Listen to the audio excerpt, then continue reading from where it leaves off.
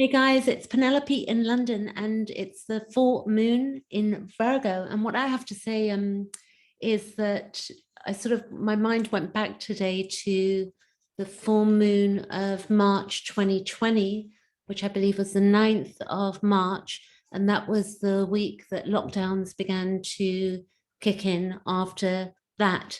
So that was a really, big thing for us at the time. So it's interesting. Clearly, we've had, I think, March 2021, and then now we're in March 2022, as we know. So what I'm going to do is maybe I'll have a look at this on astroseek.com. I want you to know that you can go to this site. It's really brilliant. And let me get my marker so you can see. So this site, if you're new to astrology, what you want to do is go to astroseek.com, horoscopes.astro/seek.com. You can see it there. And then what you can do is go to birth chart, like free online calculator, and put your details in. But you do need your time of birth in order to get the correct rising sign. Or the exact degree, because the rising sign changes every 2 hours, and not everybody knows that unless you know astrology. The rising sign moves quite quickly for all of us. As an example, I'm 27 degrees Scorpio rising, and within minutes we can have a different rising sign. So do know that. If you need help with that, then you can book a session with me, and you can see the link below the video. Anyway, we got here, this is the full moon, and you can see that the sun is opposite, and we've got the sun is opposite the moon when it's full. When it's a new moon, the moon is on top of the sun, or the sun is on top of the moon, whatever way you want to look at it.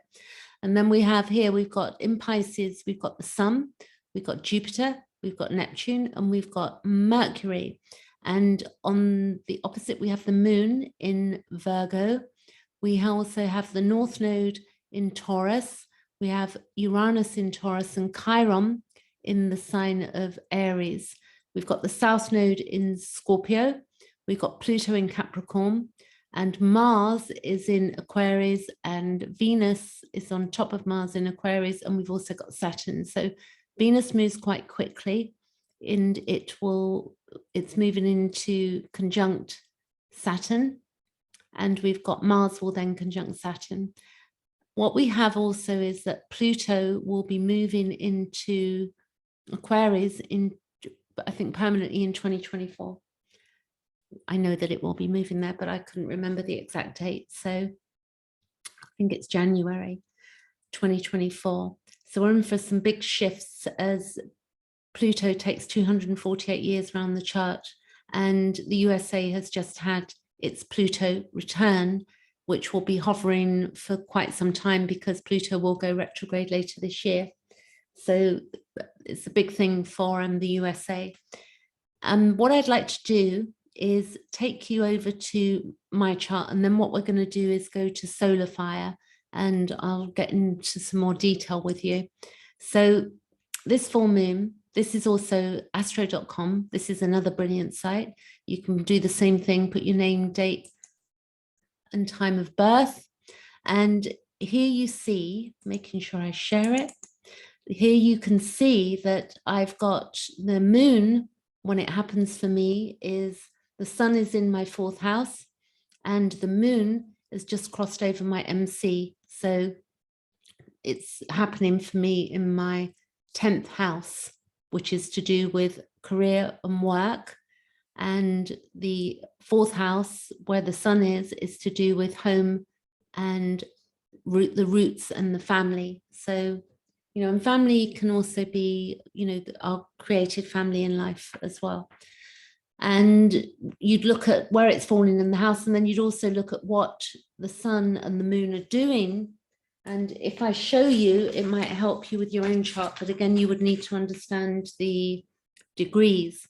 So I've got the moon and the sun I've got the moon sextile to my South Node. So here the moon is sextile to my south node here and to my ascendant. And it's also, the moon is trining to my north node. So the moon is trine to my north node down here. And the sun is trine to my south node. The sun is trine to my south node. This is a good chart for me, actually. This is a good full moon for me. And the sun is also trine to my ascendant. So it's trine here. You can see 1, 2, 3, 4. That's 120 degrees there. And then it's also, my sun is conjunct Chiron. So this is the wound. It's here, Chiron, and it's also conjunct Saturn as well. Actually, it doesn't say the sun conjunct Saturn. Is it? Yes, it is. And then I've got the moon is opposition to, sorry, that's sun. The moon is opposition to my Saturn. And the moon is trine to my Mars. So that moon is trine to my Mars down here. You can see. And it's also, the sun is conjunct Saturn, I did say that, and also sextile to Mars, and also sextile to the sun. So this is a really good chart. So I'm pleased. I know where I'm at with this chart. And now what we're going to do is share solar fire. And this gets really good because we can move the charts. So let's do this. Now, when we're looking at Virgo, what does that mean for us? So the Virgo moon, if we look at Virgo, it's to do with being of service, but it's also where we can have humility or humiliation. It's where we can feel persecuted. We can be the victim, self-sacrifice and martyr. It's not all doom and gloom, by the way. It's just the definition when we're looking at the sign of Virgo. It's to do with discipline. It can be cover perfection and our place in society. It's where we can have self-improvement, existential void. There can be aloneness or feeling inadequacy, because if we're into perfectionism, then we can feel inadequate, so we have to watch out for that in us and our inner critic. It is about self-improvement, as we've already said. Lack, health, it's to do with health, which is really important, and it can be to do with guilt and crisis. And you recall that 2020, it was very crisis orientated because of the connection with other planets at that time. It's also to do with healing. And actually through crisis, healing can come, or we can have a healing crisis. We've also got reality, discernment, and it can be to do with inferiority and discipline, I may have said. Then if we look at Pisces, where the sun is, you can see here on the chart that the sun is in Pisces, the moon is in Virgo there. The sun is to do with where we can have addiction, escape. It can be where we have hopeless, helpless. It can be lost identity.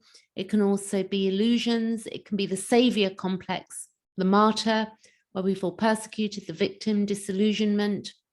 It's the subconscious, it's transcendence, it's innocence. There can be suffering. There's where we can feel wounded.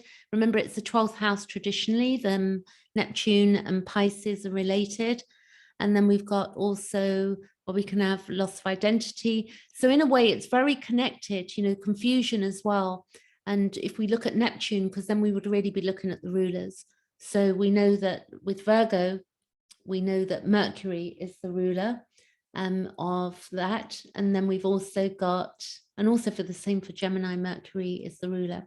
And with the sun in Pisces, we have Neptune, and Neptune is beyond these 5 senses. So when we had the whole virus thing, what we were looking at was that it's invisible, we can't see it. So it was sort of and also we've got the sun has just crossed over Neptune.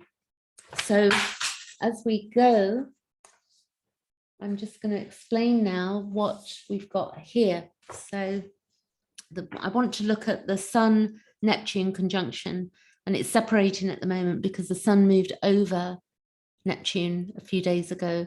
The sun we've got a degree a day. It takes a whole year to move around the chart. So if we go back by days, let's see here. And when we think we've got that Neptune also in the sign of, there you go, we had it conjunction there. Neptune is also in, not Neptune, sorry, Mercury is also in Pisces. And that can be a bit confusing for us as well, because that's the mind moving through water, and Neptunian ideals and, you know, fogginess as well. But the Sun conjunct Neptune is where it brings intuition. It's also to do with fantasy. It's empathy as well, and self-sacrifice. And it's can make us a bit unpractical, you know, when we're not practical because of the fantasy side of it. And it can lead to an ascetic life. And they also, it can be, you know, it can be wonderful for a great imagination, intuition, spirituality, and a sense of harmony. But the all, you know, it takes the activities like order and structure. So it's like we're floating, you know, we're just like this, we're structureless. When Neptune is and the Sun are together, it can throw us off balance. And it's like, if you think of a ship at sea and we don't, you know, maybe not know where we're going, but also it can also translate big truth. So this can be about big truth to others as well. The Sun conjunct Neptune. The Sun is also sextile Pluto. Pluto is going to be moving into Aquarius, which is going to be in a, you know, big shift for humanity. We really are going through a lot of difficulties at the moment, understanding. It's very confusing, you know, what is the truth? We don't know. You know, I've sort of got very quiet after I said, you know, I had not an opinionated, but I had my own ideals with regard to what I believed about health and my body with regard to the virus. And, you know, it got to a point on social media where you can say so little that there are other platforms that you can actually say more. And I've noticed a lot of people have been leaving some social media sites and picking up in other social media sites, so they're able to be themselves and be authentic, which is very difficult at this time because people can be very accusing people of being conspiracy theorists and stuff like that. And a lot of what's gone on has come to pass, that people were being told that were conspiracy theorists. As an example, we know this to be truth. And some people are still very stuck in their belief systems, or they don't want to hear. The moon is actually trying to Pluto, which is applying, and this brings a lot of harmony, but it's very intense. And it's where we can really experience deep emotions when this is going on. So if you look, the moon here is trine. Let's see, the 10th of March, 17th, I want to go. 17th today. The moon is actually here now. The moon is trine to Pluto here. Let me see the time there. 17th of March is the 18th of March. That's what I wanted. So the moon is there. So it's trining. You can see that Pluto is 28 degrees and that the moon is 27. So it's in a trine at the moment. It's just applying. So it's where we want to, you know, it's what this can make us want to change things for the better. And it's about expressing our opinions, but it can be even at the cost of conflicts and quarrels. And sometimes conflict is very necessary in order for change to be created. It's where we can experience very strong emotions and express them openly. And also where they, you know, it's not about emotional outbursts. It's basically where we can also feel the need to control others. So we have to watch out with that with the moon.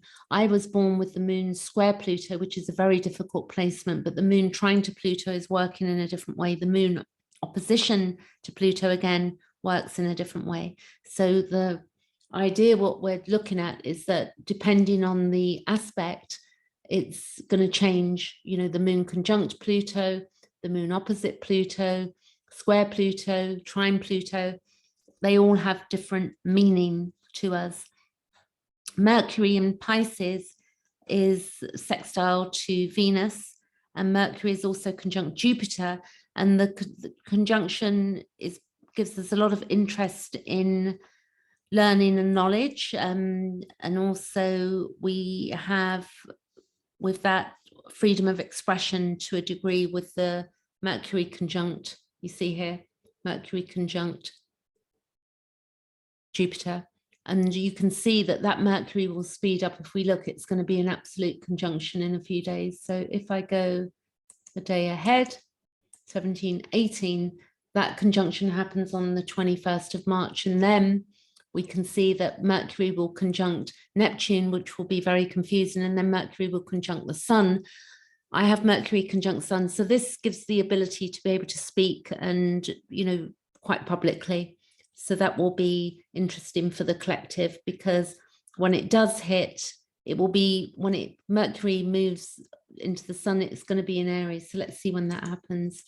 Mercury will move to the Sun, and that will be at 11.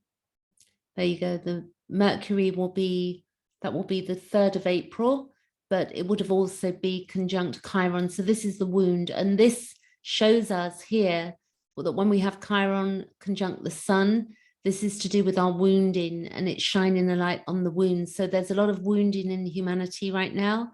There's, to a degree, a large lack of consciousness taking place, and that's because a lot of what we see, we interject, we take it in. When we think when we're babies, we're actually taking in what we think is reality, you know, what is real is basically. So if we're watching mainstream media as an example, and we believe that to be the absolute truth, then that's going to be our experience.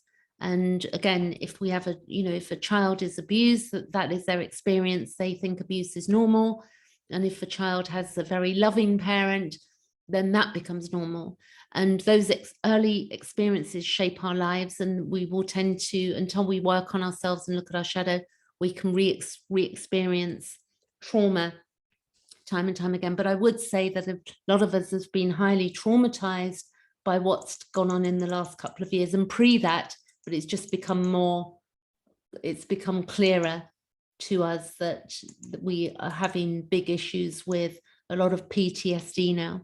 I'm quite up on the complex PTSD. I've done a lot of reading and work on that. So if anybody wants to book a session to chat with me about that, I had 2 years of trauma psychoanalysis for myself on complex PTSD issues. So with complex PTSD issues, we don't get rid of them. We don't, like with Chiron, we don't get rid of the wound. We learn to integrate it. And in that integration, we become wise. And that was, when we look at the idea of what, Chiron was about in mythology, I'm just going to see here and read for you. Chiron in Aries is where we are wounded, either emotionally or physically. And every time we express our essential being, we experience rejection. So it's very interesting, because a lot of us are being rejected at this time for what we think. This may lead to, but the interesting thing is, when we're rejected, it leads to self-exploration, and we may later become a wounded healer or teacher. So many of us are becoming, teaching through this period. And Chiron in Aries is a sense of being, that our being has been violated in some way, and that we may fear asserting ourselves. So we have, it's interesting that Chiron is in Aries, because we do have a fear of asserting ourselves, because, we don't want to lose our social media platforms. We don't want to upset family members. So we've really been put in a really uncomfortable position.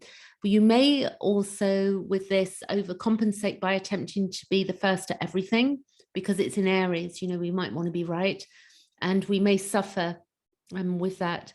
And it's also where we can become pioneers and a service to humanity. So it's not all doom and gloom, as we can see with the Chiron.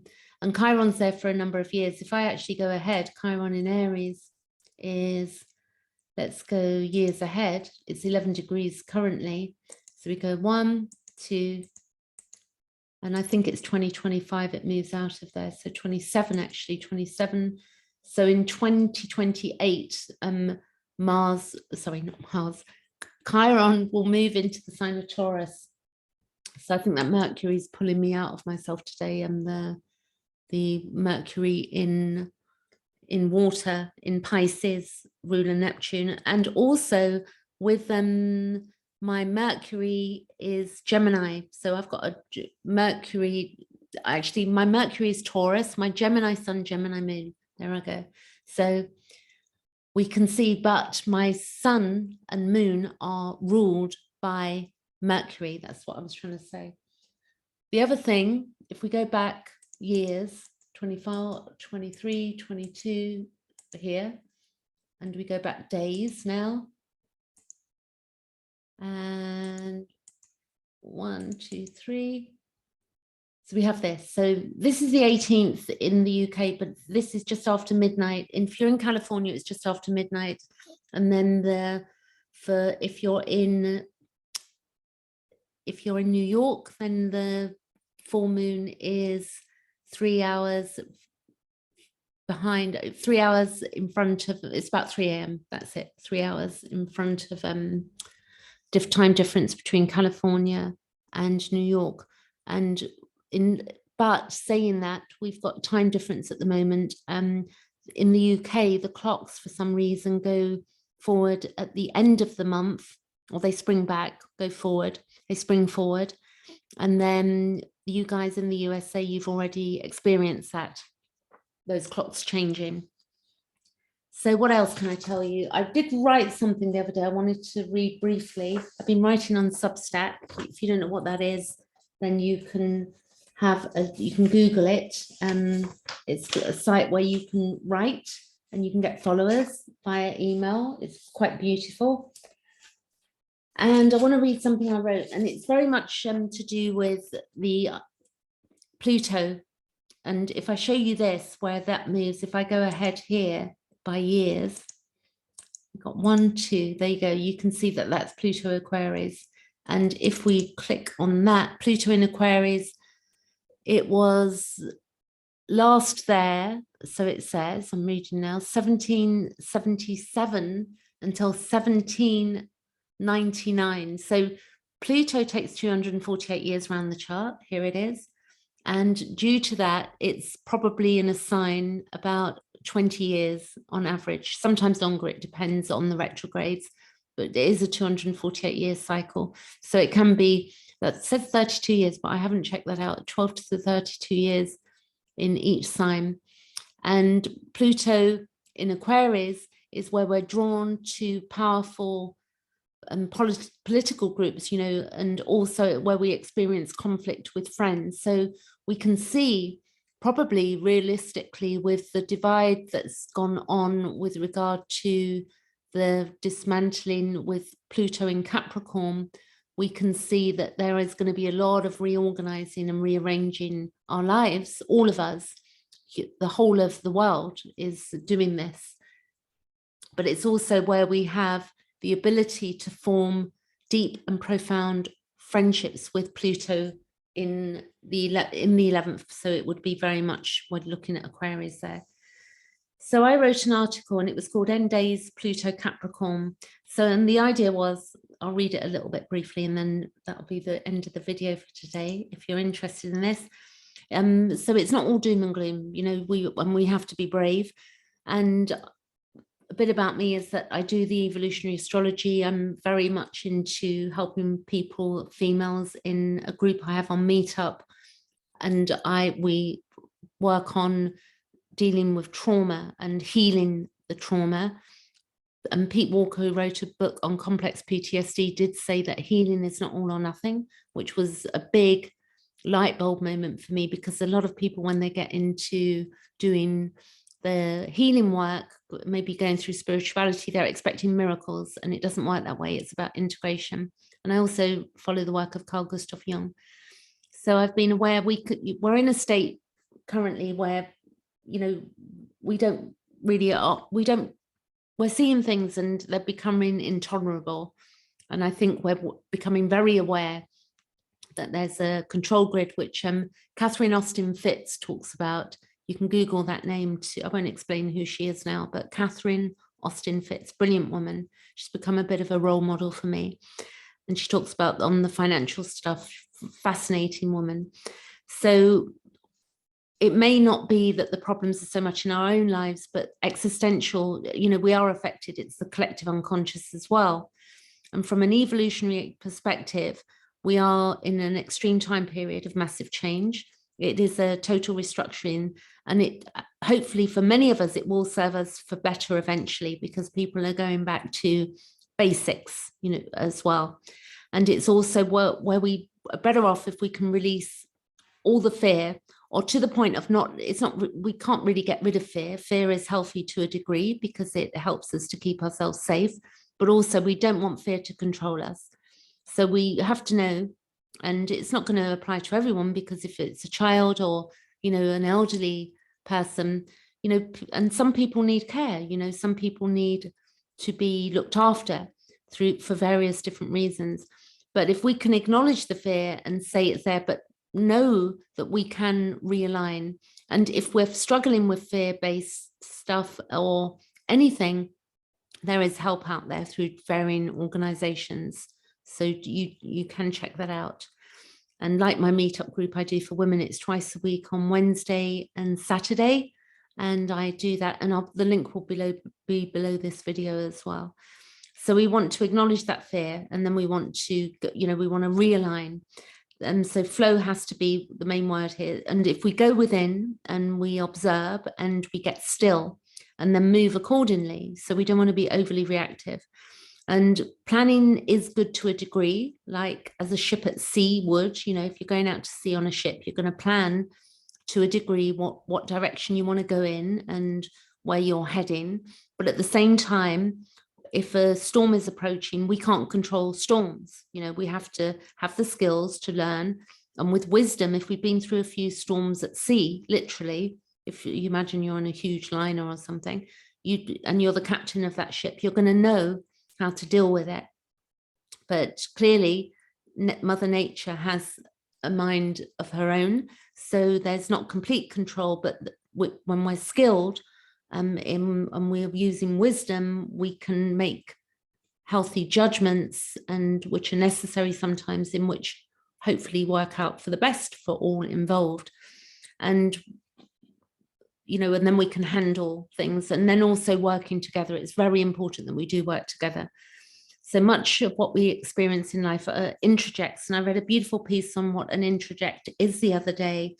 And it's quite difficult to understand it, but it's that childlike thing where the baby will not, when a baby's born, it doesn't know that, you know, it's getting milk, as an example, from the mother's breast. It just knows that, you know, it's either a good experience, or, you know, if the mother can't give milk, or the baby is not, you know, able to suckle properly, as an example, then it will become, the introject will be that that's the bad, and there's the good and the bad.